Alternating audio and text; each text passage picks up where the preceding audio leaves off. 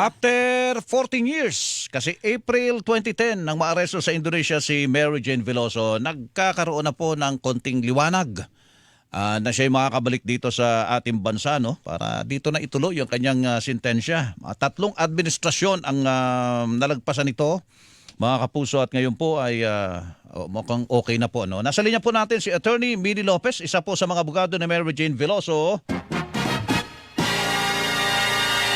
Attorney Lopez, magandang umaga po, Attorney. Hello.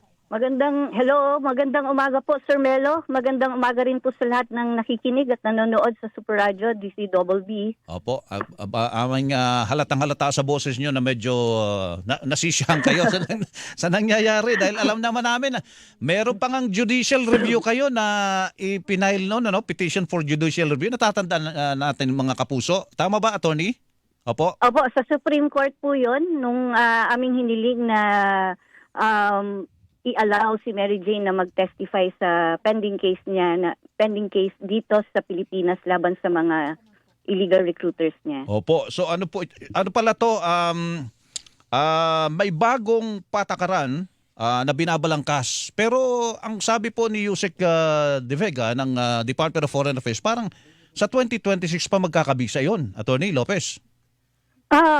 Actually, wala pa talagang kasiguraduhan po yung period or kung kailan magti-take effect itong policy.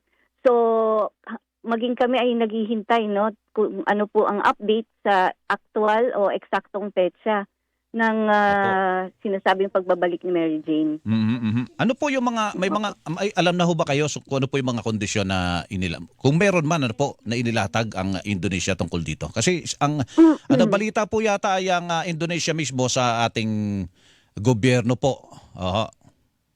Opo, actually merong interview yata sa Chief Minister ng for Law and Human Rights sa Indonesia at binabanggit na dito na isa sa mga kondisyon na binigay nila sa ating gobyerno ay ang pagrespeto at hindi pag-question dun sa verdict na isinampa o ibinaba ng korte ng Indonesia kay Mary Jane, at ito ay yung death penalty. So kung matutuloy po dito na maibalik sa Pilipinas si Mary Jane, kung may mga ganyang kondisyon po, ang ibig sabihin lang niyan meron na tayong ugnayan o may connection pa rin sa criminal justice system. Tama ba yan na sabihin ang Indonesia dito po kay Mary Jane habang kahit nandito na siya sa Pilipinas? Ganun ba yun, Attorney?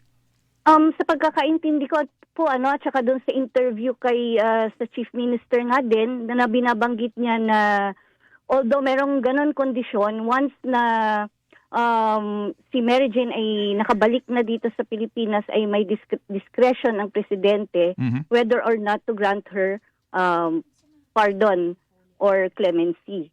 Opo. Yun po ang opo. So may chance siya.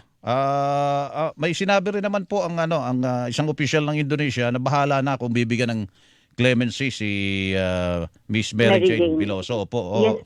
Yes po, tama po. Pag ganun po, dumating na rito, ano po magiging sunod na proseso? Ano ang gagawin nyo para mapagbigyan po yun? Magpa-file ba kayo ng apila o paano po yung ganun, Attorney? Actually, technically sa ilalim ng rules of procedure po, may kakayanan na may kailangan po na may options po ang isang convicted felon. One is to apply for clemency or pangalawa, dahil ito ay plenary power ng presidente, mismo ang presidente on his own discretion ay mag-grant ng clemency para sa isang convicted felon. Kahit hindi kayo sumulat, kahit hindi kayo manawagan o umapila?